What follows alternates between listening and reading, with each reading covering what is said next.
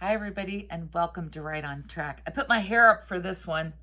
Um, so I wanted to talk about traditional publishing versus indie. And I know that this has actually evolved. There's a lot already out there, but I thought just speaking from a personal standpoint and talking about the advantages and disadvantages and what you're facing, especially if you're a newer author and you're sort of making that choice for yourself. Um, and let's talk about traditional. Um, I'm drinking out of my Thor mug today so that I feel worthy. I think traditional, it can be intimidating. You don't want to be rejected. That's never fun to be told no, go away, blech. Uh, it is traditional. It's a slower process. Um, you're sending query letters. Remember that ancient tool? Maybe you have an agent. Maybe you're trying to get an agent. It's a process. You're very much pitching to a big corporation, and they are looking for a moneymaker. They are looking for a winner. You want to be a winner. Depending on your contract with a traditional publisher, they are not going to throw a lot of money behind you with marketing. There's always there's always exceptions to that rule. Again, it's about money. If they really feel like, wow, this one's the next YA, this one's the next, phenomena that's going to just rock everybody's world. You can be in a different ballgame. You definitely want to have an agent or a lawyer or somebody look over that contract.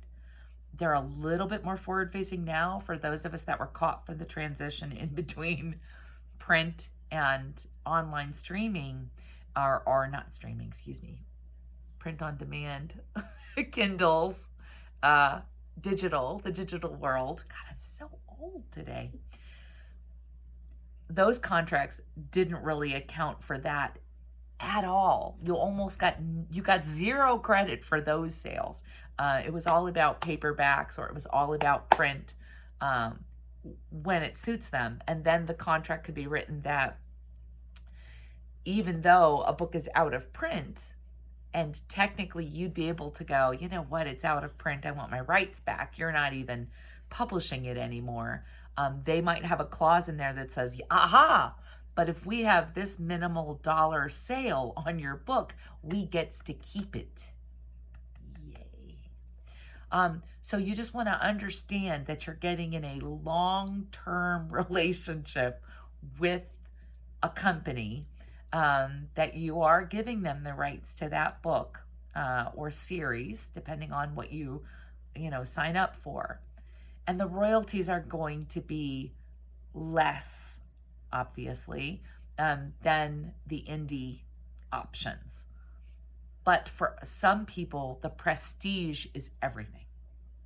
And that's what you do have. You get the ability to really hold up that paperback, woo, look at me. You have access, or your book will potentially have access to large retailers, to just the chains, to just yay, distribution. Think of it like a movie, right, where you have distribution that's just a little more hardwired, a little bit better, a little bit more solid, right? It's done for you in some ways, but the marketing of that book will still primarily fall on you if you're a debut author. It's a sink or swim. They want to see, are you going to be a hit? Yay! Are you going to fail? Bye. So there's more on you still than I think a lot of people assume. They assume if they go with a traditional publisher that it's magic, and I have had debut authors that are like, oh, I'll go on a book tour and I'll try. It's like, unless you're a celebrity or you've signed $1 million deal, no, they're not sending you anywhere. You're still begging at bookstores to see if they'll let you do signings. You're setting that up yourself, or you're putting yourself out there. You're still doing all of your social media promotion, all of those things. You're going to have to sell it to make it work.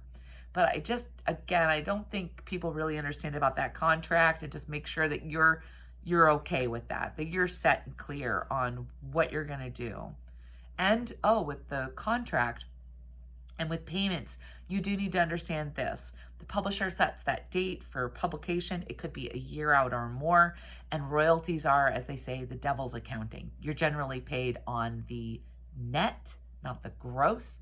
So they don't necessarily have to tell you what their costs are. And then you, lucky you, are paid on a percentage of what they determine was their profit from that book. And they're not paying it quickly. So there can be a lag of 6 months, 8 months, sometimes longer, as they go quarter to quarter and determine what they actually made that quarter. And then you're getting that fee less a percentage to your agent. So your first paycheck, less in advance. And again, remember the advance goes, am I going too quickly, against your royalties. So you have to earn out your advance, and then you're going to start getting those payments, right? So the advance is literally that. It's a loan they're making to you based on what they're hoping that book's going to do. You don't have to pay it back if you don't. Like, it's not that kind of loan, but it is sort of an understanding that, they're going to balance those books out. But yeah, the big paycheck, again, you're waiting a long time sometimes for that money. So that's where indie and the digital really sweetened the pot for a lot of people, where it said, hey, you hit the button, you upload your book with a cover, and you've set it up for print on demand, and you've done all these great things.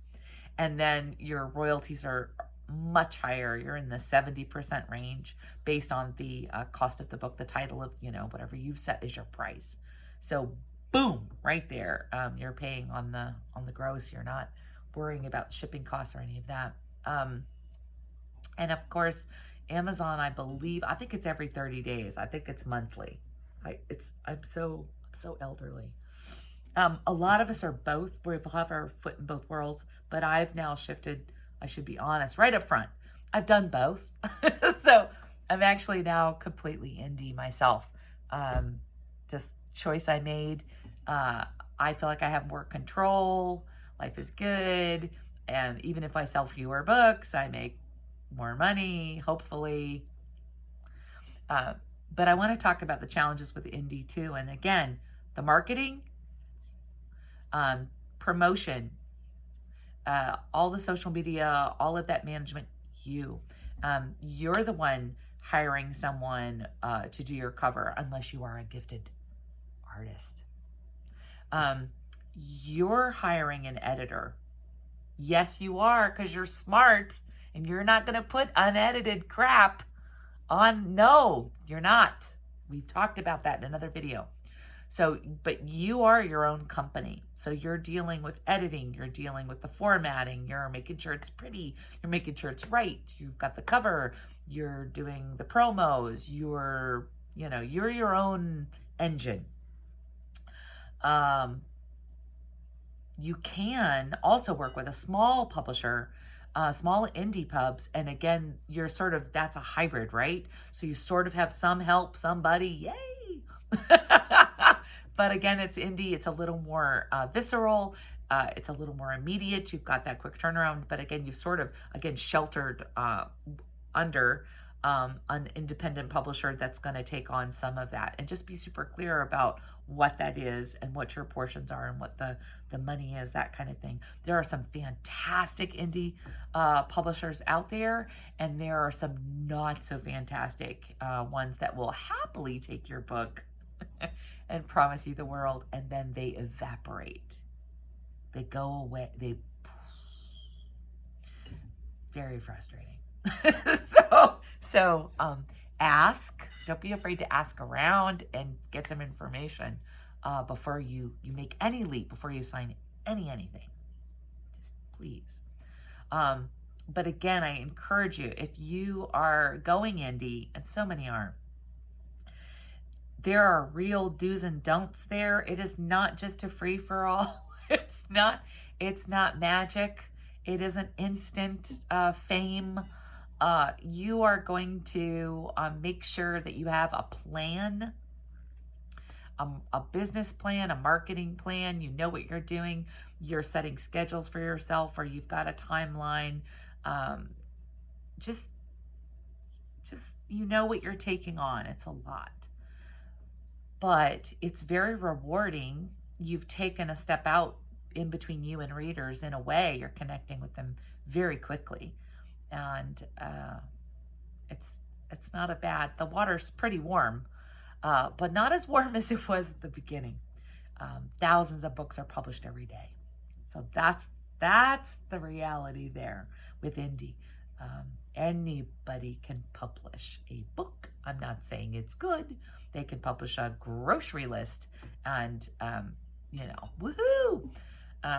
Whereas with a traditional publisher, obviously they have a much more limited release schedule. So you've got a little bit more attention in that pond, right? A little bit more focus on you. Indie, you're in with everyone. It's all there. So there's a bit. So depending on your goals, what do you want? What do you feel comfortable with? What's the dream for you? Because remember, with indie, you can still hold that book in your hands. You can hold it up and, you can touch it, crack it open, or not crack, because you don't want to damage the spine. You can just gently open it. Whatever your goal is, remember there's the appeal and the dream can happen either way, whether it's traditional or indie or a mishmash, a magical mash of both. And and there's audio. That's a whole nother topic. So this one's been a little bit longer, and I apologize. And but I will say, again, with traditional, know what you're signing. Look at that closely. I had a trilogy that has been out of print for 8 years. 8 years. And I just got the rights back last week after asking twice a year, every year for 8 years. Even though it was out of stock, no one could order it. No bookseller could put it on a shelf or find it in Ingram's or in any of the, the nightmare. But I had a clause where if they made so much as $100 a year on a title, it was theirs. So I was throwing that little nugget in at the end, but I'm just saying, whatever you do, really try to look and see what you're getting into, and make sure that you're in a good situation. And because once someone has the rights to your books, it's not always easy to get it back. So one plus on the indie side is it's yours. It's your baby. You've got it. And you didn't give it away to anybody. So win or lose, you didn't lose control of that.